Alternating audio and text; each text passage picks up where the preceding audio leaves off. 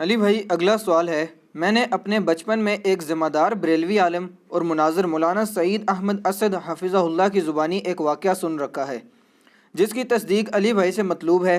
کیا یہ واقعہ درست ہے کہ سیدنا موسیٰ علیہ السلام جب مصر سے شام کے لیے نکلے تو اپنے ساتھ حضرت یوسف علیہ السلام کا جسم مبارک بھی قبر اقدس سے نکال کر ہجرت کو روانہ ہوئے تھے؟ پلیز وضاحت فرما دیں۔ دیکھیں جی، جو سعید احمد اسد صاحب ہیں نا جی، حفظہ اللہ تعالیٰ، ان سے میری ملاقات بھی آپ کو پتہ ہے فیصل آباد میں ہوئی تھی۔ یہ بریلوی مکتب فکر کے چند ایجوکیٹڈ علماء میں سے ہیں۔ مجھے صحیح طرح یاد ہے کہ 1996 میں، یعنی آج سے 24 سال پہلے، جب میں انجینئرنگ یونیورسٹی میں سیکنڈ ایئر میں پڑھتا تھا،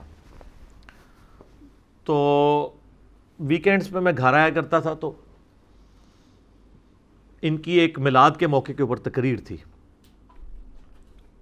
اس تقریر میں نے پہلی دفعہ شیخ ناصر الدین البانی رحمہ اللہ تعالیٰ کا نام ان کے منہ سے سنا تھا۔ میں خود بھی اس وقت کٹر بریلوی تھا، تو مجھے یاد ہے کہ سعید اسد صاحب اس وقت کہتے تھے، اس وقت داڑھی بھی ان کی کالی تھی، کہ اس وقت البانی صاحب بھی زندہ تھے۔ البانی صاحب فوت ہوئے 1999 میں، تو کہتے ہیں سعودیے ایک بیٹھے ہیں نا دا، ٹھیک ہے، تو حالانکہ وہ ان کا بھی کوئی نہیں ہے۔ اب اس نے اہل بیت کی محبت میں جو احادیث جمع کی ہیں نا، تو میں نے آپ کو بتایا کہ عنقریب اس کو بھی یہ رافضی کہہ دیں گے۔ وہ ان کا نہیں تھا، وہ اللہ اور اس کے رسول کا ماننے والا تھا، بڑا محب اہل بیت بندہ تھا رحمہ اللہ تعالی۔ تو البانی صاحب کا تعارف میں نے پہلی دفعہ ان سے سنا۔ میں نے بھی سعید احمد اسد صاحب سے یہ والی حدیث خود سنی تھی۔ خیر اس وقت تو مجھے اتنا آئیڈیا نہیں تھا حدیث کی کتابوں کا۔ بہرحال یہ جو حدیث انہوں نے بیان کی ہے نا، اس واقعے کا ذکر کیا، یہ بالکل صحیح سند سے ثابت ہے، اور یہ بڑا انٹرسٹنگ واقعہ ہے۔ یہ واقعہ آپ کو المستدرک للحاکم میں بھی مل جائے گا صحیح سند کے ساتھ۔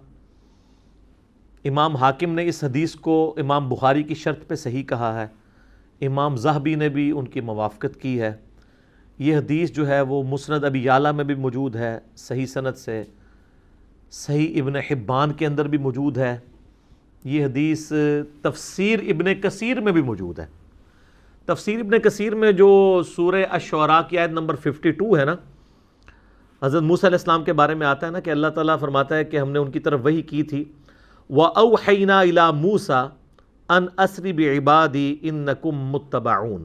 ہم نے موسیٰ کو وحی کی کہ تم راتوں رات میرے بندوں کو، وہ 6 لاکھ کے لشکر کو بنی اسرائیل کے یہاں سے لے کر نکل جاؤ، بے شک تمہارا پیچھا کیا جائے گا، یہ لوگ تمہارے پیچھے آئیں گے۔ وہ پیچھے آئے تو سمندر میں اللہ نے راستہ بنا دیا، بنی اسرائیل تو نکل گئے، اور اسی راستے میں جب فرعونی نکلنے لگے تو اللہ نے دونوں پارٹ ملا دیے، قرآن میں آتا ہے، تو تباہ و برباد کر دیے گئے۔ تو اس آیت کے کانٹیکسٹ میں یہ سورہ الشعراء پارہ نمبر 19 آیت نمبر 52 کے کانٹیکسٹ میں امام ابن کثیر اس حدیث کو لے کے آئے ہیں جو حاکم کے اندر موجود ہے، کہ نبی صلی اللہ علیہ وآلہ وسلم کسی گاؤں ایریا میں تشریف لے گئے، تو وہاں پہ ایک دیہاتی شخص تھا، اس نے آپ صلی اللہ علیہ وآلہ وسلم کی مہمان نوازی کی۔ آپ بڑے خوش ہوئے، آپ نے اٹھتے ہوئے فرمایا کہ کبھی موقع ملے تو تم ہمارے پاس بھی آنا، دعوت دے دی۔ اس کے لیے تو آنر کی بات تھی۔ کچھ عرصے بعد وہ نبی علیہ السلام کو ملنے کے لیے آیا، آپ صلی اللہ علیہ وآلہ وسلم نے اس کی خوب مہمان نوازی کی، ایک تو بدلہ اتر گیا۔ پھر آپ نے اینڈ پہ فرمایا مانگ کیا مانگتا ہے؟ اس نے کہا یا رسول اللہ ایک اونٹ چاہیے جس پہ میں اور میرے گھر والے سواری کر لیں، ہاں اس پہ کجاوا بھی ہونا چاہیے، یعنی اچھی سیٹیں لگی ہوئی ہوں، اور 2-4 بکریاں مل جائیں جن کا دودھ دو کہ میں اپنا اور اپنا فیملی کا سلسلہ چلا لوں۔ یار اس زمانے میں بس سبسسٹنس لیول پہ یہی لائف گزارنے کا ذریعہ ہوتا تھا۔ یہ آج کل تو ہم جو لائف گزار رہے ہیں نا، یہ اس وقت کا امیر آدمی بھی نہیں تھا گزار سکتا۔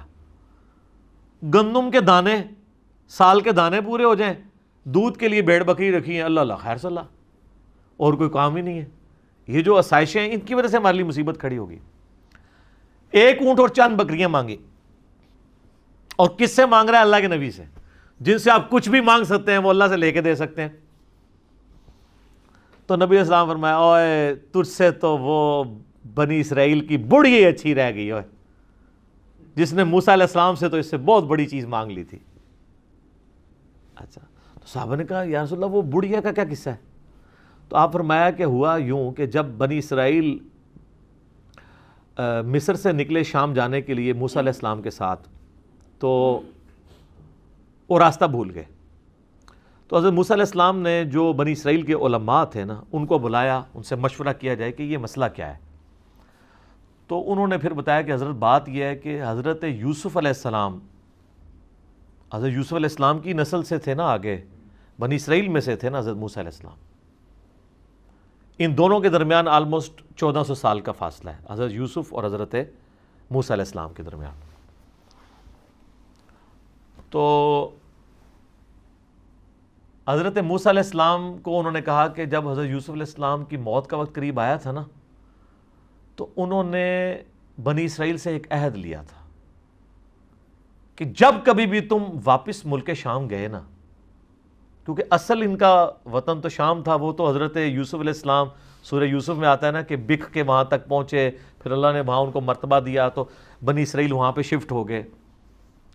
لیکن یاد تو اپنے وطن کی ستاتی تھی, ان کو یہ بھی پتا تھا کہ اللہ نے وحی کے ذریعے بتایا ہوگا کہ الٹیمیٹلی آپ ابراہیمی مسکن کی طرف دوبارہ جائیں گے. تو انہوں نے یاد لیا تھا کہ جب تم لوگ یہاں سے شفٹ کرو نا, تو میری لاش بھی قبر سے نکال کے لے جانا, مجھے وہاں پہ یروشلم میں دفن کرنا ہے, جو میرا آبائی جگہ ہے.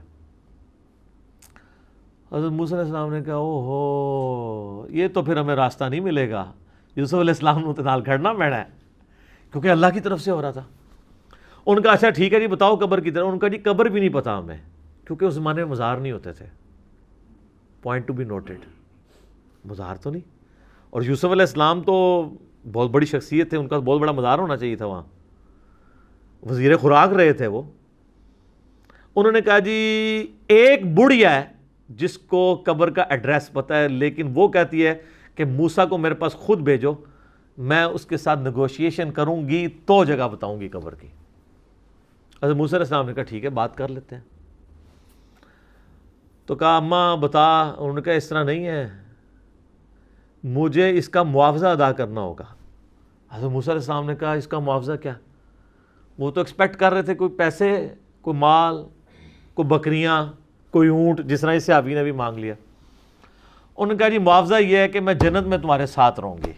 اللہ حضرت موسیٰ علیہ السلام کا رنگ فاق ہو گیا, چہرے پہ ناگواری کے اثار آ گئے کہ یہ کیا مانگ رہی ہے, پھر دوسرا ہی میرے اختیار میں بھی نہیں ہے. تو حدیث کے الفاظ ہیں اللہ تعالیٰ نے اسی ٹائم حضرت موسیٰ کو وحی کی کہ آپ کمٹمنٹ کر لیں اس کے ساتھ. اوہ ہائے ہائے, دینے والا تو اللہ ہے نا جی. تو موسیٰ علیہ السلام نے کہا ٹھیک ہے.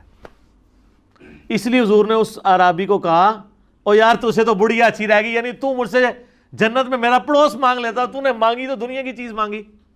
جس طرح کہ صحیح مسلم میں آتا ہے کہ ایک صحابی تھے ربیہ, نبی علیہ السلام کو وضو کروایا کرتے تھے.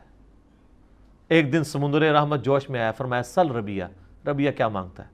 وہ بھی تیاری کر کے بیٹھے سے. انہوں نے کہا یا رسول اللہ جنت میں آپ کا پڑوس.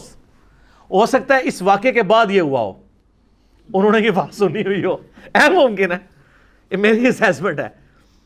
تو آپ فرمایا اور بھی کچھ مانگ لیں. ان کا نہیں یا رسول اللہ اس کے بعد تو مجھے کچھ نہیں چاہیے. تو آپ نے فرمایا پھر کثرت سجود سے میری مدد کر, یعنی اللہ کی عبادت کر کثرت کے ساتھ, میری شفاعت بھی تیرے کام آئے گی, الٹیمیٹلی تجھے جنت میں میرا پڑوس مل جائے گا انشاءاللہ تعالی. بلکہ آپ لوگوں کے لیے خوشخبری, بخاری مسلم میں حدیث ہے کہ ایک صحابی آئے, ان کا یا رسول اللہ قیامت کب آئے گی؟ آپ نے فرمایا کہ کوئی قیامت کے لیے تو نے تیاری بھی کی ہے؟ تو اس نے کہا یا رسول اللہ میں تو بس موٹے موٹے دین پہ چلتا ہوں, فرائض پورے کرتا ہوں, کوئی ایکسٹرا نفلی باتیں میرے پاس نہیں ہیں. ہاں میں اللہ اور اس کے رسول سے محبت کرتا ہوں. تو آپ نے فرمایا پھر اللہ اور اس کا رسول تمہارے ساتھ ہوں گے.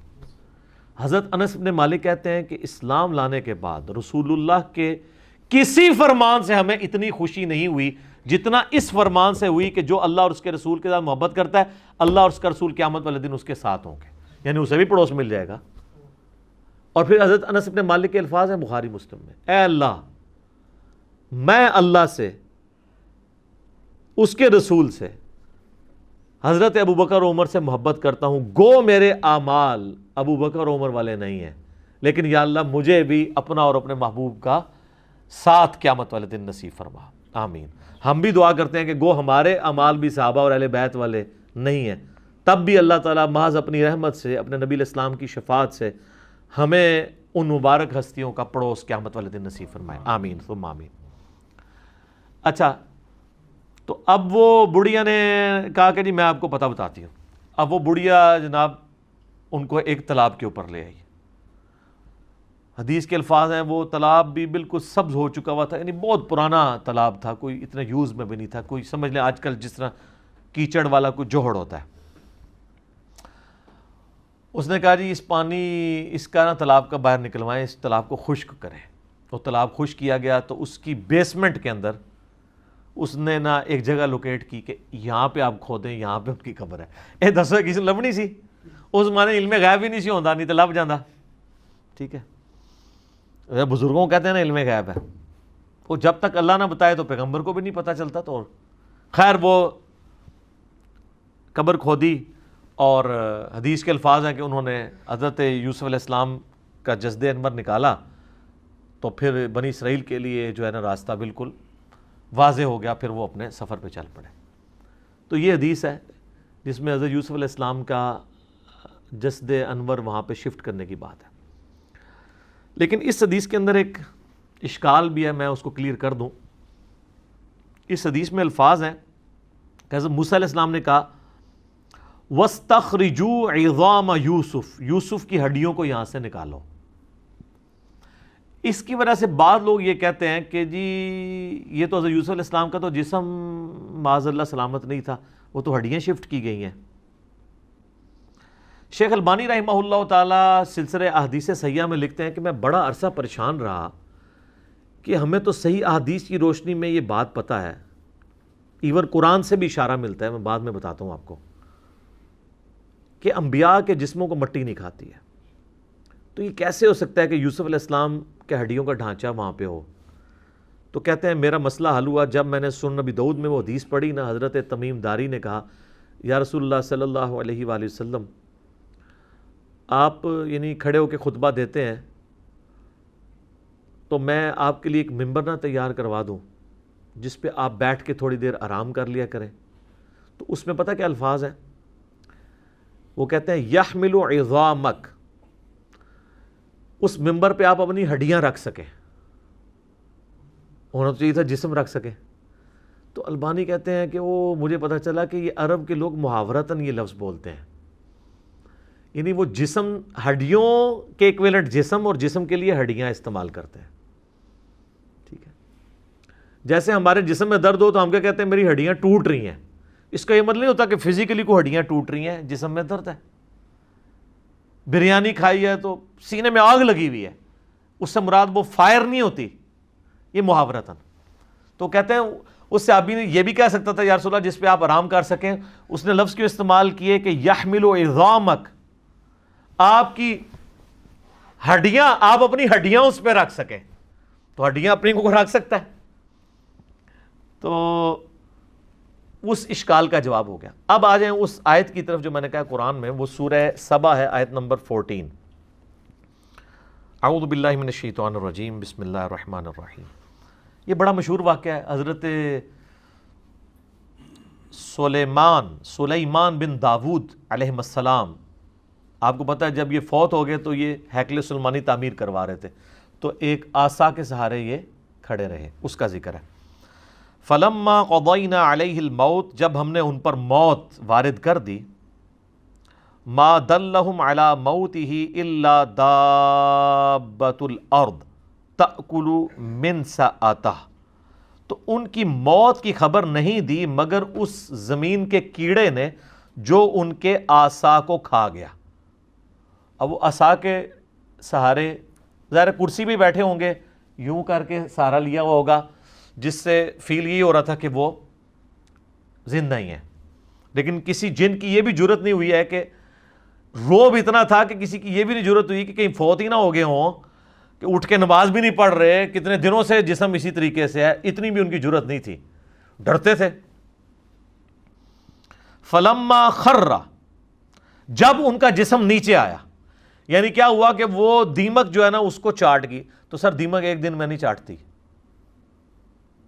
یہ مہینوں کی گیم ہے کہ وہ عصا کو دیمک کھاتی رہی جب تک وہ ہیکل سلیمانی تعمیر نہیں ہو گیا، ٹیمپل آف سلیمان۔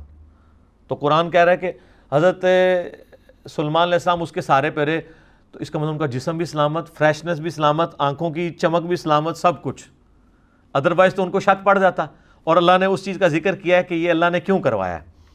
اللہ کہتا ہے جیسے ہی وہ ان کا جسم نیچے آیا، اب یہاں ہونا چاہیے تھا جسم نیچے آیا تو فرشتوں نے تھام لیا، نہیں سر انج نہیں ہوا، زمین تے ہی آیا ہے، کوئی گستاخی نہیں ہوگی، بے ادبی نہیں ہوگی۔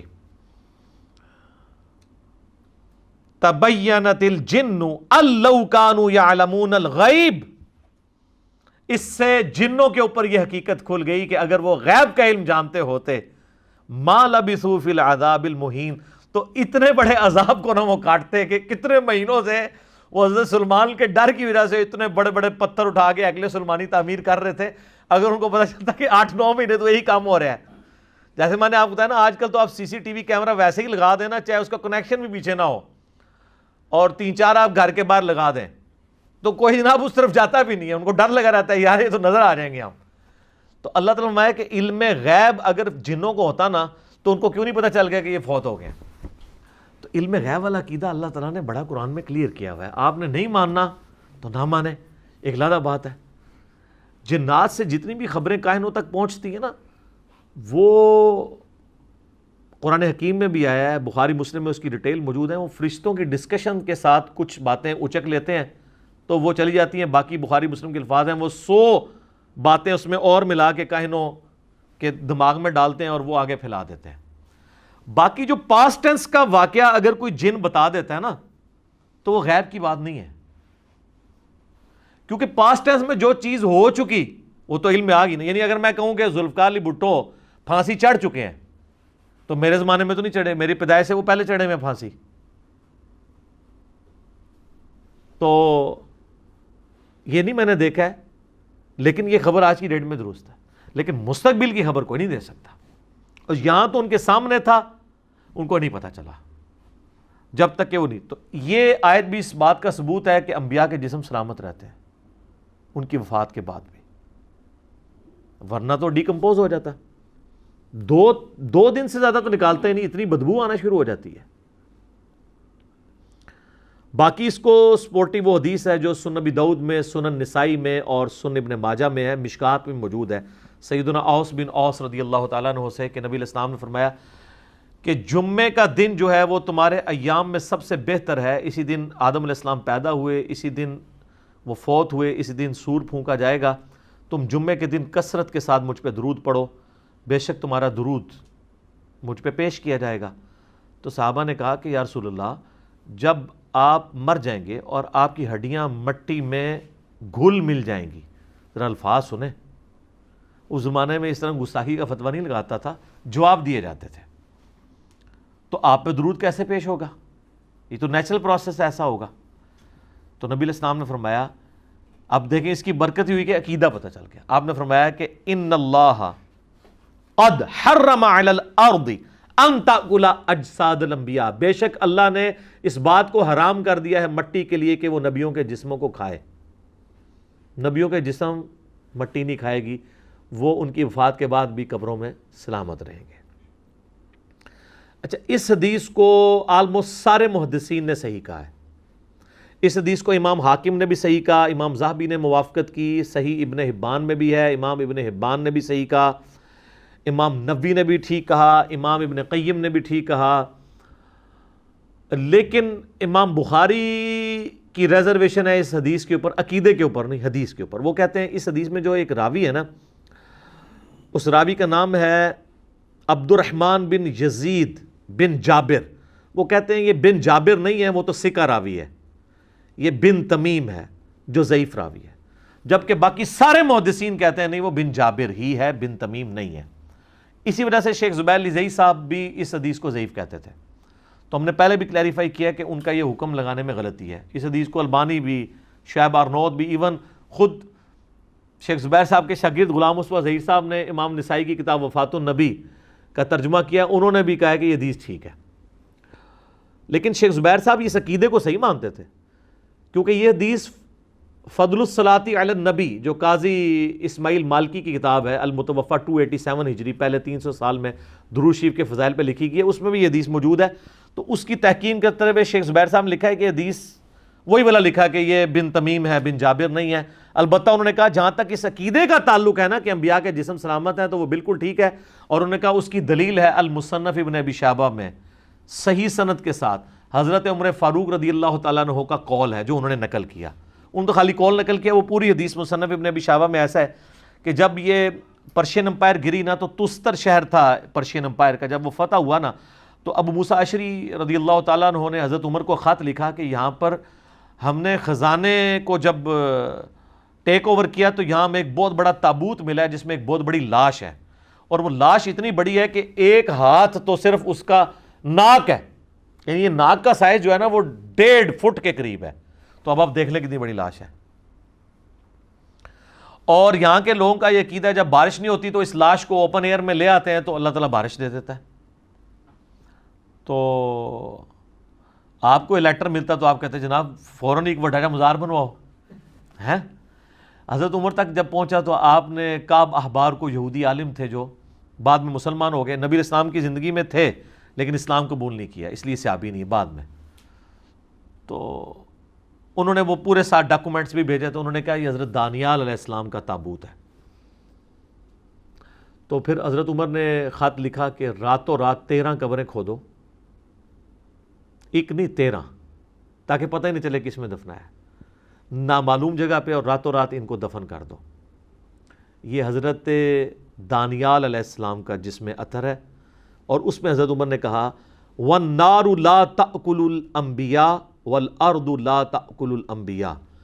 آگ نبیوں کے جسموں کو نہیں کھاتی، زمین نبیوں کے جسموں کو نہیں کھاتی، اور ایک اور لفظ بھی استعمال کیا درندے بھی نبیوں کے جسموں کو نہیں کھاتے. تو یہ شیخ زبیر صاحب نے نا اس فٹ نوٹ پہ لکھا کہ یہ حدیث صحیح ہے، لہٰذا ہمارا یہ عقیدہ ہے کہ نبیوں کے جسم سلامت ہے الحمدللہ. صحیح مسلم میں وہ حدیث ہے، 2 طرق ہیں کہ میں نے شب معراج موسیٰ علیہ السلام کو اپنی قبر میں نماز پڑھتے ہوئے دیکھا، ہوا قائم یصلی فی قبری. لیکن یہ برزخی معاملہ ہے، یہ فزیکلی آپ اس کے اوپر قیاس نہیں کریں گے. آج اگر آپ قبر رسول کھودیں گے تو نبی علیہ السلام کا جسم اطہر آپ کو ویسے ہی نظر آئے گا جیسے دفناتے وقت تھا. یہ نہیں ہے کہ نبی علیہ السلام کوئی ایکٹیویٹی پرفارم کر رہے ہوں گے، نہیں. ان کی نمازیں بھی قبروں کے اندر، جو مسند ابی یعلا میں حدیث ہے کہ اللہ کے نبی زندہ ہیں اپنی قبروں میں نمازیں بھی پڑھتے ہیں، وہ برزخی معاملہ ہے. وہ تو چھوڑ دیں، سنن ابن ماجہ میں تو یہاں تک ہے کہ جب عام ایک مومن مردے کو بھی جب قبر میں رکھا جاتا ہے نا، فرشتے سوال کے لیے آتے ہیں تو وہ اٹھتا ہے تو اس کو عصر کا وقت دکھایا جاتا ہے کہ غروب آفتاب ہونے والا ہے، تو وہ کہتا ہے مجھے چھوڑ دو میں پہلے نماز پڑھ لوں. ٹھیک ہے، یہ تو عام مومن کے لیے بھی ہے. تو انبیاء تو خیر بہت اعلیٰ درجے کے. تو اس حدیث کے تحت ان کی زندگی برزخی ہے لیکن جسم جو ہے وہ سلامت ہے، اس میں کوئی شک نہیں ہے. باقی حیات النبی کے اوپر میرا لیکچر مسئلہ نمبر 5 دیکھ لیں. ایک اور حدیث بڑی مشہور میں نے بڑی دفعہ بیان کی ہے، 1390 نمبر صحیح بخاری میں 1390، کہ سیدنا عمر کا پاؤں آلموسٹ 65 ایئرز کے بعد جب حجرہ عائشہ کی دیوار گر گئی ولید بن عبد الملک کے دور کے اندر، تو پاؤں باہر آ گیا ایک قبروں کی ڈسٹربنس کی وجہ سے، کیونکہ وہ امہات المومنین کے جو گھر تھے نا ان کو توڑ کے مسجد نبوی کی توسیع کر رہے تھے. عمر بن عبد العزیز اس وقت گورنر تھے وہاں کے مکہ مدینے کے، ابھی تو خلیفہ نہیں بنے ہوئے تھے. تو جب پاؤں نکلا تو لوگ پریشان ہو گئے کہ نبی علیہ السلام کا پاؤں مبارک باہر آ گیا. یہ بخاری کے الفاظ ہیں. اس کا مطلب ہے کہ تو بخاری میں ہی موجود ہے کہ لوگوں کا یہ عقیدہ تھا کہ نبی علیہ السلام کا جسم مبارک اس طریقے سے. تو حضرت عروہ ابن زبیر کو، جو حضرت عائشہ کے بھانجے تھے، عبداللہ ابن زبیر صحابی کے چھوٹے بھائی اور اشرم بشرا حضرت زبیر کے بیٹے، لیکن تابعی ہیں یہ، ان کو بلایا گیا کیونکہ وہ حضرت عائشہ کے بھانجے تھے، حجرہ عائشہ میں جاتے رہتے تھے، تو ان کو قبروں کی لوکیشن پتہ تھی. انہوں نے جب دیکھا نا تو انہوں نے کہا یہ تو حضرت عمر کا پاؤں ہے، یہ نبی علیہ السلام کا پاؤں نہیں ہے. اچھا اس میں کہیں نہیں لکھا کہ وہ پاؤں جب نکلا ایسے تو وہ حضرت عمر نے وہ پاؤں واپس اندر کھینچ لیا. اگر وہ دنیاوی زندگی ہوتی تو جب اتنے لوگ پاؤں پہ شور مچا رہے ہیں، مطلب آپ کا اگر پاؤں ایسا باہر نکلا ہوا ہو کسی جگہ سے اور لوگ اتنا جمگھٹا بنایا ہوا کہ یار یہ پاؤں تو آپ بھی اندر کر لیں گے نا، اگر آپ کسی ایسی جگہ پہ ہیں کہ آپ کا پاؤں ایکسپوز ہو رہا ہے، تو وہ مطلب دنیاوی زندگی تو ہے نہیں، آخرت کی زندگی ہے. تو وہ انہوں نے دوبارہ سے ان کو دفن کر دیا. یہ اس بات کا ثبوت ہے کہ انبیاء کے علاوہ بھی اللہ تعالیٰ جس کے لیے چاہیے یہ کر سکتا ہے، لیکن یہ جنرل رول نہیں ہے. یہ جو جنرل رول ہے نا وہ نعت میں ہی ہے، محمد کے غلاموں کا کفن میلا نہیں ہوتا. اس طرح کرنا کچھ بھی نہیں ہونا پائی. ٹھیک ہے، کتنے صحابہ کو رومن امپائر کی بیٹل فیلڈز میں آگ کے کڑاہوں میں، تیل کے کڑاہوں میں جلایا گیا ہے. حضرت حمزہ ابن عبد المطلب کا مسلح کیا گیا ہے غزوہ احد میں. اس طرح نہیں ہوتا. اور کسی کی اگر جسم کی حفاظت نہ ہو اس کا یہ مطلب نہیں کہ وہ بزرگ نہیں ہے، وہ اللہ کی مرضی کی اس کی حفاظت کروانی ہے. سیدنا ابوبکر صدیق کے بارے میں 1387 نمبر حدیث ہے صحیح بخاری کے اندر. انہوں نے تو اوورال امت کو عقیدہ دے دیا ہے. اما عائشہ کو بلایا، اس پہ امام بخاری نے باب باندھا ہے سوموار کے دن کی موت کی فضیلت، کیونکہ نبی علیہ السلام سوموار کو فوت ہوئے تھے. امام بخاری نے باب باندھ کے حدیث لی ہے 1387 صحیح بخاری میں. اما عائشہ سلام اللہ علیہا کو بلایا حضرت ابوبکر نے نزا کے عالم میں، کہا کہ بیٹا نبی علیہ السلام کو کتنے کفن میں دفن کیا گیا تھا؟ انہوں نے کہا 3 کپڑوں کے اندر. تو انہوں نے بھی اپنے پرانے کپڑے کہا کہ یہ والے میرے کپڑے دھو کے نا مجھے انہی کپڑوں میں کفن دینا ہے، میرے لیے علیحدہ کفن نہ منگوانا. پھر پوچھا کہ بیٹا یہ بتاؤ کہ نبی علیہ السلام کی ڈیتھ کس دن ہوئی تھی؟ ان کا منڈے کے دن. تو انہوں نے کہا میں بھی اللہ سے امید کرتا ہوں کہ ابھی تو منڈے کا دن باقی ہے، تو رات تک میری بھی ڈیتھ ہو جائے گی. اس پہ امام بخاری نے باب باندھا ہے منڈے کے دن مرنے کی فضیلت. لیکن سر حضرت ابوبکر کو یہ فضیلت نہیں ملی. حدیث کے الفاظ ہیں کہ وہ رات میں جا کے منگل کی رات کو فوت ہوئے. ظاہر ہے منڈے کا جب دن ختم ہوگا تو منگل کی رات فوت ہو جائے گی. منگل کی رات میں فوت ہوئے اور منگل کی فجر سے پہلے ان کو راتوں رات دفنا دیا گیا. اچھا حضرت ابوبکر کا بھی اسیسمنٹ غلط نکلی کہ میں منڈے کے دن فوت ہوں گا اور فضیلت بھی نہیں ملی. تو اس میں میرا کلپ بھی تھا حضرت ابوبکر کا علم غیب، تاکہ پتہ چل جائے کہ امت کا سب تو بڑا ولی جڑا ہے. سر میں نہیں، اعلیٰ حضرت نے خود مانا ہے. ان سے جب پوچھا گیا اولیاء کا سردار کون ہے، انہوں نے شیخ عبد القادر جیلانی نہیں بتایا، انہوں نے کہا ابوبکر صدیق رضی اللہ تعالیٰ عنہ علیہ السلام. شکر الحمدللہ کہ منڈے کو فوت نہیں ہوئے. یہ ایک فضیلت نہ مل کے امت کو جو عقیدہ پہنچ گیا نا، وہ امت کی اصلاح اگر دیکھی جائے نا تو اس کی ورث زیادہ ہے ان کی اس فضیلت سے. اس ایک بندے کو فضیلت، ان کے لیے ویسے ہی فضائل بہت زیادہ ہے. قبر رسول میں 7 دفن ہے. ٹھیک ہے جی، حضور علیہ السلام کے قریبی ساتھیوں میں سے حاکچار یار میں ہیں الحمدللہ. تو یہ شکر ہے ان کو فضیلت نہیں ملی. آج ہم لوگوں کو دکھا تو سکتے ہیں نا جناب، یہ دیکھ لو علم غیب بھی، علم غیب تم نے لگایا ہوا ہے تو یہ دیکھ لو. تو اس میں آگے الفاظ ہیں. جب حضرت عائشہ نے کہا نا کفن کا، انہوں نے کہا مجھے نیا کفن نہیں دینا، مجھے پرانے کپڑے ان کو دھو دو، انہی میں دفنانا. انہوں نے کہا نیا کفن تو زندہ بندوں کی ضرورت ہے.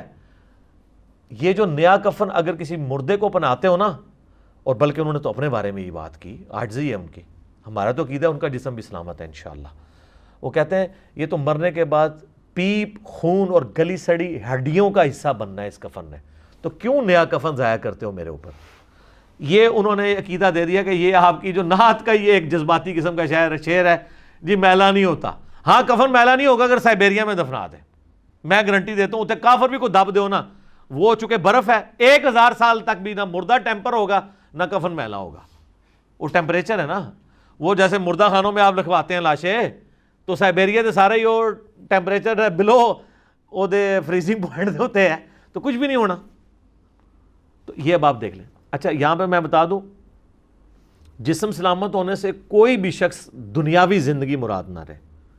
جسم سلامت ہے لیکن اس جسم کی سلامتی سانس کے ساتھ نہیں ہے، آخرت کی زندگی کے ساتھ ہے. قرآن میں ہے کہ شہید بھی زندہ ہے لیکن تمہیں شعور نہیں. یہ کہتا نہیں ہمیں شعور ہے، ہم مانگیں گے بھی. اللہ کہتا ہے تمہیں شعور نہیں ہے. تو اتنی کہانیاں کرواتے ہیں یہ لوگ، خصوصاً دیوبندیوں اور بریلویوں نے تو باقاعدہ لکھا ہے کہ یہ تو دنیاوی زندگی ہے قبر میں. سر المؤنت میں انہوں نے لکھا ہے کہ نبی علیہ السلام کی جو قبر میں جو حیات النبی ہے یہ دنیاوی ہے. لفظ لکھا ہے دنیاوی، حالانکہ وہ آخرت کی زندگی ہے. وہ تو دنیا کہاں سے آ گئی؟ اور اعلیٰ حضرت تو تمہیں پتہ ہے کھلے ڈولے بندے سن، وہ ایک سٹیپ آگے گئے ہیں. ملفوظات اعلیٰ حضرت میں انہوں نے لکھا ہے کہ جب کسی نے سوال کیا کہ آپ کہہ رہے ہیں ولی بھی زندہ ہے نبی بھی زندہ ہے، تو دونوں کی زندگی میں فرق کیا ہے؟ انہوں نے کہا انبیاء کی جو زندگی ہے قبروں میں وہ برزخی تو ہے لیکن یہ حصی دنیاوی ہے. حصی حصی کا مطلب کیا ہے کہ آپ کسی کو چٹکی کاٹتے ہیں تو اس کو فیل ہو، اور دنیاوی. اور انہوں نے کہا اگر پھر نہ یقین آئے تو ہمارے بزرگ تو پہلے ہی فرما گئے ہیں، شیخ زرقانی، کہ نبیوں کی بیویاں ان کی قبروں میں ان پہ پیش کی جاتی ہیں، ان کے ساتھ شباشی بھی کرتے ہیں. بولے اعوذ باللہ تعالیٰ. آج ہم پیش کرتے ہیں، وہ کہتا نہیں وہ زرقانی نے لکھا، انہوں نے تو نقل کیا. تو انہوں نے تو اپنے عقیدے کے طور پہ نقل کیا، انہوں نے تو یہ نہیں کہا کہ زرقانی صاحب نے بکواس فرمایا ہے، ان کا فرماتے ہیں. ٹھیک ہے. تو فضائل حج میں شیخ زکریا کاندلوی نے فضائل درود میں فضائل مال کا ایک چیپٹر ہے، اس میں انہوں نے لکھا ہے. فضان سنت میں الیاس قادری صاحب پاپا جانی جو ہیں دعوت اسلامی والے تبلیغی جماعت نے، دونوں نے لکھا ہے کہ 555 ہجری میں نبی الاسلام کی وفات کے 500 سال کے بعد جب شیخ احمد رفاعی قبر رسول پہ حاضر ہوئے، انہوں نے عربی میں شعر پڑھا، یا رسول اللہ جب میں مصر میں تھا تو میں روح کو بھیجتا تھا آستان اقدس پہ حاضری کے لیے. کوئی اپنی روح اس طرح بھیج سکتا ہے؟ مجھے بتائیں. اب جسموں کے ملاپ کی باری آئی ہے تو اپنا دست اقدس قبر سے باہر نکالیے، میں اس کو بوسہ دوں. تو کہتے ہیں 90,000 لوگوں کی موجودگی میں ہاتھ مبارک باہر نکلا اور شیخ احمد رفاعی نے بوسہ دیا، اور ان میں شیخ عبد القادر جیلانی کا نام نامی بھی ذکر کیا جاتا ہے کہ وہ بھی یہ منظر دیکھ رہے تھے. حالانکہ شیخ عبد الجیلانی کو بیچاروں کو پتہ بھی نہیں ہوگا میرے ساتھ کیا منصوبہ انہوں نے کر دیا. میں کہتا ہوں نہیں، بڑی بدبختی ہے کہ وہ منظر دیکھ رہے تھے، انہوں نے خود ہاتھ نہیں چوم لیا، میں جی نہیں کر لگا. ٹھیک ہے. اور سارے 90,000 بدبخت نے کہ نبی الاسلام دا ہاتھ مبارک باہر نکلے ہے تو ظالمو تسی کیوں نہیں چومیا؟ اور حضور کے اخلاق سے یہ چیز بعید ہے کہ آپ علیہ السلام جو ہے ایک کو چموا دیں اور باقیوں کو محروم رکھیں. ایک بار جو تو جناب باہر آیا سی پھر سارے نو ہی زیارت کرنی چاہیے سی، چومنا چاہیے سی. سب کہانی جھوٹ ہے. یہ ہاتھ کبھی سیدہ فاطمہ کے لیے نہیں نکلا، کبھی اماں عائشہ کے لیے نہیں نکلا جب وہ جمل پہ گئیں اور بعد میں شرمندہ بھی ہوئیں اپنے اس سفر پہ کہ بھئی نہ جاؤ ادھر. کبھی حضرت عمر کے لیے نہیں نکلا. وہ بخاری میں 1010 نمبر حدیث 1010 آ رہی ہے، اِنَّا كُنَّا نَتَوَسَّلُ إِلَيْكَ بِنَبِيِّنَا، اے اللہ جب تیرے نبی تھے ہم ان کے وسیلے سے تیرے پاس آتے تھے، آج ہم تیرے نبی کے چچا کو لے کے آئے ہیں. وہ بھی چلے جاتے قبر رسول پہ، یا رسول اللہ جب آپ دنیاوی زندگی میں تھے تو آپ ہاتھ مبارک پیالے میں رکھتے تھے تو چشمے جاری ہوتے تھے، تو آج جو ہے وہ قحط میری عزت سٹیک پہ لگی ہے، میرے دور حکومت میں دور خلافت کے اندر قحط آ گیا، تو آپ ہاتھ مبارک یہ میں پیالہ لے کے آئے ہوں آپ اس میں رکھیں. جی جناب صحیح مسلم میں ہے کہ حضرت عمر نے ایک دفعہ یہ کام کروایا تھا، پیالہ دے کے تو نبی الاسلام نے ہاتھ رکھا. ایک تو وہ حدیث بخاری مسلم میں حدیبیہ کے موقع پہ 1500 صحابہ نے ایک پیالے سے وضو کیا اور جانوروں کو پلایا اور جمع کر لیا، اور جابر بن عبداللہ کہتے ہیں 1,00,000 بھی ہم ہوتے ہیں نا تو سب کو کفایت کرتا تھا. تو حضرت عمر نے تو نہیں کہا، ان کو پتا تھا کہ اب ہماری کمیونیکیشن اس آخرت کی زندگی میں حضور کے ساتھ نہیں ہو سکتی. یہ مثالیں دیتے ہیں حضور کی مبارک زندگی کی اور اس کو آج اپلائی کرتے ہیں. پھر میں ان کو تھوڑے نچلے لیول پہ آ کے سمجھاتا ہوں کہ اگر تم لوگ یہی کرتے ہو نا، تو بخاری میں حدیث ہے ایک صحابی کی ٹانگ ٹوٹ گئی تھی، پنڈلی کی ہڈی، نبی علیہ السلام نے مبارک ہاتھ پھیر کے اس کو بالکل ٹھیک کر دیا. تو کون عاشق رسول اپنی ٹانگ توڑوانے کے لیے تیار ہے؟ قبر رسول پہ ہم لے جاتے ہیں ٹھیک کروائیں. تو فوراً یہ کہیں گے کہ نہیں نہیں نہیں اس طرح تو نہیں ہوتا نا. تو آپ لوگوں نے عقیدے تو یہی وابستہ کیے ہوئے ہیں. پچھلے دنوں میرا وہ ایک گنبد خضرا کے روشن دان والا کلپ بھی اپلوڈ ہوا ہے، اس میں نے کافی ساری باتیں کی تھی. اب بار بار میں اس لیے ان چیزوں کو ریپیٹ کر دیتا ہوں تاکہ عقیدوں کی اصلاح ہو جائے، پتہ چل جائے کہ سچائی کیا ہے. تو بات حضرت یوسف علیہ السلام سے شروع ہوئی تھی، ان کے جسد اطہر کو شفٹ کرنے کی. میں یہاں پہ موقع غنیمت جان کے آپ کو بتاؤں کہ ایران والوں نے ایک حضرت یوسف علیہ السلام کے اوپر نا 40 اقساط پہ ایک ڈرامہ سیریل بنائی ہے. وہ پورے کا پورا سورہ یوسف والا واقعہ اس کو بڑے کمال انداز میں. یہ فلموں کے مشورے میں ان کو دے رہا ہوں جو آلریڈی فلمیں دیکھنے والے ہیں. میں یہ علماء کرام کو نہیں مشورہ دے رہا کہ آپ فلمیں دیکھیں. کم از کم آپ کو تھوڑی ہسٹری کا پتہ چلے. اصحاب کہف پہ بھی ہے، اردو ڈبنگ کے ساتھ آ چکی ہے، انگلش ڈبنگ میں بھی ہے، عربی ڈبنگ میں بھی ہے. اور معذرت کے ساتھ علماء سے ہم نے اپنی ویب سائٹ ahlsunnatpahar.com پہ ویڈیو لیکچرز والے پورشن میں جو آخری حصہ ہے نا اسلامک موویز اینڈ ڈاکومنٹریز، اس میں بھی اس کی HD ریکارڈنگ والے لنک ڈال دیے ہیں. آپ ڈاؤن لوڈ بھی فری کر سکتے ہیں، کوئی پیسے نہیں، کوئی چندہ بک نہیں. تو آپ ایک دفعہ وہ فلم دیکھیں، واقعی انہوں نے اس زمانے میں پہنچا دیا. اصحاب کہف والی دیکھیں، واقعی اس زمانے میں انہوں نے پہنچایا ہے. عمر سیریز بھی رکھی ہے، وہ آپ دیکھیں، اسلامک ریولوشن کا آپ کو پتہ چلے گا، وہ بھی اردو ڈبنگ کے ساتھ آ چکی ہے۔ تو یہ میں صرف ایک انفارمیشن کے طور پہ تعارف کروا رہا ہوتا ہوں، چونکہ ہم نے ایک جنرل سٹور یہاں پہ دعوت کے حوالے سے فری کھولا ہوا ہے، تو ہر طبقے کے لوگ آتے ہیں۔ جو لوگ ہالی ووڈ کی فلمیں دیکھتے ہیں ہم ان کو کہتے ہیں چلو یار ایک دفعہ یہ بھی دیکھ لو، بعض اوقات لوگ اس طرف آ جاتے ہیں۔ یعنی میں آپ کو پرسنل بتاؤں کہ میں نے جب وہ اشفاق صاحب کا ڈرامہ دیکھا نا، من چلے کا سودا، تو وہ اس نے میری زندگی کے اوپر بہت اثر چھوڑا فکر آخرت کے حوالے سے۔ اور اس کے بعد میں نے اصحاب کہف والی جب مووی دیکھی 2007-8 کے اندر، تو اس نے بھی کافی اثر چھوڑا، دنیا سے زہد دلانے والی چیز ہے۔ تو آپ ان لوگوں کو کم از کم ضرور مشورہ دیں کہ جو فلمیں دیکھنے کے شوقین ہیں کہ اگر انہوں نے دینی ہے تو ایک دفعہ یہ دیکھ لیں۔ ویسے تو اب اس سے بھی آگے بات جا چکی ہے، ہماری ویڈیو کے نیچے کئی لوگوں نے کمنٹس کیے ہوتے ہیں کہ پہلے ہم روزانہ فلم دیکھ کے سوتے تھے، اب ہم مجلس دیکھ کے سوتے ہیں اور بوریت نہیں ہوتی۔ کیونکہ بوریت اس لیے نہیں ہوتی ہے کہ وہ بات نہیں سن رہے ہوتے ہیں جو انہوں نے پہلے نہیں سنی ہوتی، اور آلموسٹ وہ ایسی بات سن رہے ہوتے ہیں جس کے الٹ ان کا آلریڈی عقیدہ ہوتا ہے، تو بندے کا دماغ بھی کھلتا ہے۔ کیا کہ مرنے سے پہلے ہے مسلمان، کر لے اس پہ غور، کتابوں کا خدا اور ہے، بابوں کا خدا اور، کہنے کو تو دین سب کا اسلام ہے، لیکن کتابوں کا جہاں اور ہے، بابوں کا جہاں اور آخر میں بس عاجزانہ طور پہ